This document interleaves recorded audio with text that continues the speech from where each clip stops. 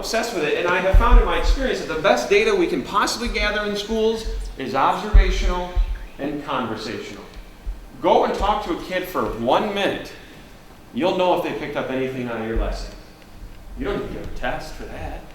Okay? And frankly, I think we're very biased in writing right now. We're obsessed with writing.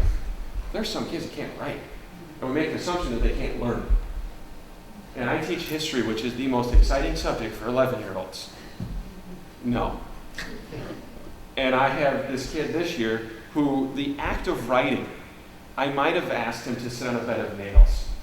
And how many have had a kid like this? It's always a boy. It typically is. Okay?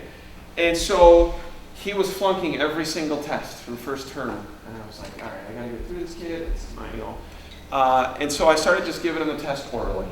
James, stay after class for 10 minutes, because we'd cycle after when he had me. And I'd say, tell me about the Roman Republic. What did you learn? He knew everything. He just didn't want to write. And that was as simple as that. But I think sometimes we get so hunkered down in our traditions of, well, it's got to be a paper and pencil test. It's got to look this way. We got to make sure every kid has a same. Well, that's not what it's about. It's about what did they learn. And we, again, okay. And I say that because I think about when I was in school, the technology we had. Oregon Trail.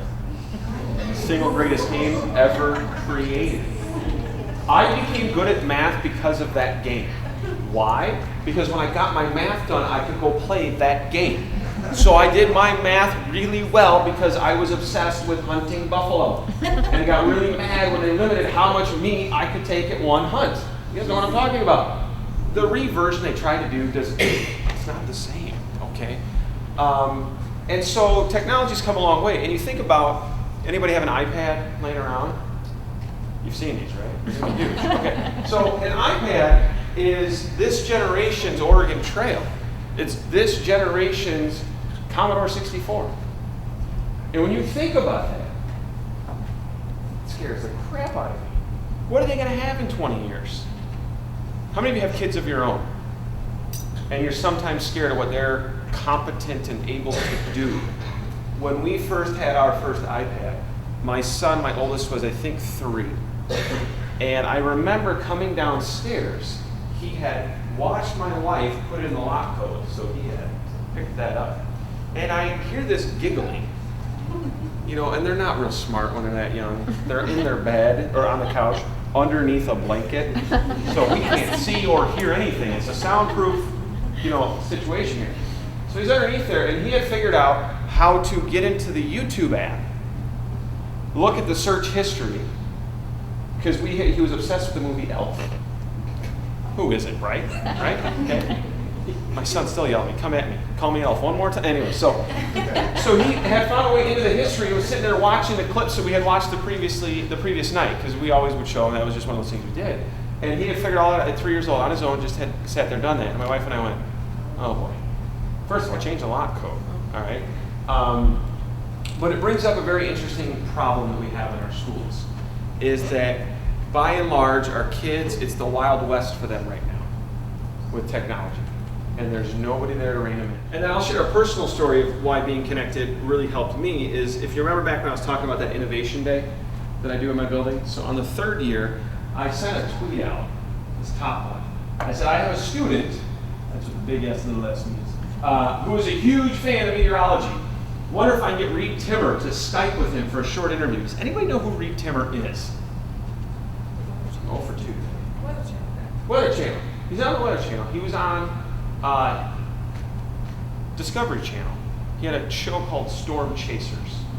He has the Dominator, which is that car that looks like a tank and has the spikes in there. Okay. So I happened to see him speak at a conference, and I was just blown away by the guy. He was nuts. I mean, the guy is insane. He chases tornadoes for a living. How can he not be just a little bit off plumb there? So he was just so passionate, though, about his love of weather and science. And I thought, you know what? I go to school the next year, and I had this young man who was obsessed, sickly obsessed with tornadoes and weather. And I said, I'm going to see if I can get Reed to Skype with this kid. That's all I wanted to do. Hoping, thinking he would just tweet me back and say, keep chasing storms, buddy. And that would probably make that kid's day. He'd have been happy with that. So what happens is, this guy, Andy, who's an executive VP within Discovery sees my tweet and sends me a message and tags a couple other people I know and says, hey, let's chat about making this happen. And then this entire stream here, there's Reed. Maybe we can bring the Dominator. Let's get him to Naperville. 3 months later, he actually came to our building and kicked off our Innovation Day. Okay. I'll never forget the day I died, that kid's face when I walked up to him. It was kind of like a Christmas morning when you know you got a really good gift, you just want to give it to your kid. You're like, I just can't wait to see his face when he opens it. You just have that joy. I walked up to this young man and I said, hey, Nicholas, hey, you ever heard of Reed Timmer? He goes, that's the dumbest question I've ever been asked. Of course I know who Reed Timmer is.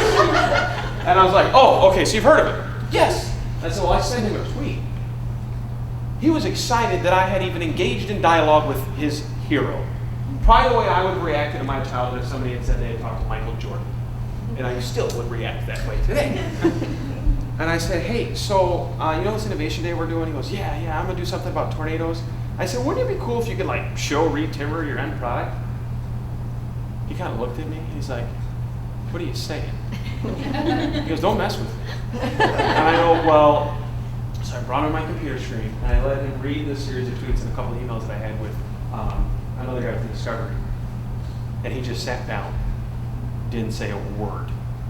I go, Nicholas, are you okay? I might have to go get the AED. He goes, he couldn't say anything. So the day came and I made sure that Nicholas was at the door to bring Reed in. Because the greatest thing about the story is our Innovation Day was in February. And we had a hellacious snowstorm the day of Innovation Day.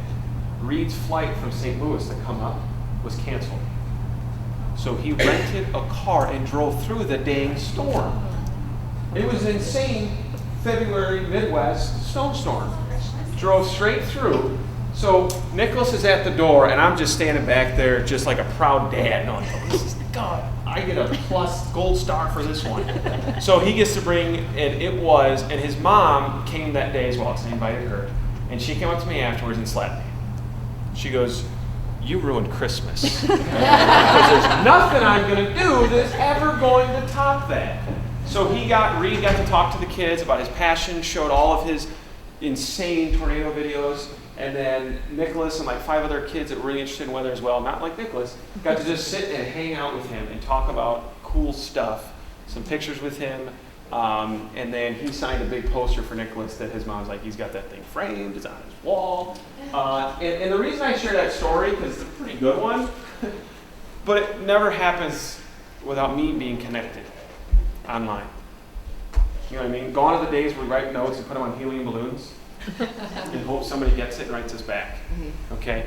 And there's so many stories of teachers that have connected their classes with experts, with people like that. Now, this was a pretty unique experience for them.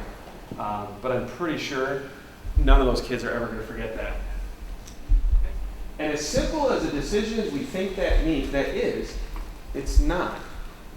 And it has a profound impact on everything we do. I don't know, outside of like an ER doctor, the amount of decisions we make in a given day. Something as profound as helping a kid with reading, making a decision about whether to call DCFS, Department of Child Services, like that's a profound decision we have to make. Or something as simple as, do I trust him to go to the bathroom and come back and not cause any issues between then and there? Okay. We have recently installed cameras in our hallways. It has been both the greatest thing and the worst thing. The amount of ridiculous things kids do in the hallways, even when they know the camera is there. I had a kid come back to class this year. He's covered from head to toe in dirt and dust. Head to toe. I go, what are you doing? You went to the bathroom. You were gone 3 minutes. I fell. I tripped. Sent a quick email to my assistant principal. Hey, can you pull the feed from this hallway right here? She sends me the video. He's doing a snow angel in the middle of the hallway. For no reason. Just for no reason. Doing a snow angel, covered head to toe, and all the little dust you get on the hallway at the end of the day. You can't make this stuff up. So we have this choice, and it's very important. And I think sometimes we don't choose to change because it's scary, because it's different, and we're afraid of failing. Failure is one of those things that it's not looked very well upon in our profession. We try something new. If the test scores don't reflect an increase in performance, then you are a failure.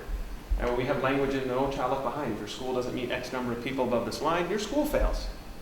Okay? And so we have this culture of failure. And I have kids that fail their standardized tests. But they are successes in my book. Because guess what? They were out 90 days the previous year. They're only out 10 days this year. That's a success. That kids graduate. The kids don't kill somebody. Literally and metaphorically, that's a success. And we have to be able to take the risk on behalf of kids.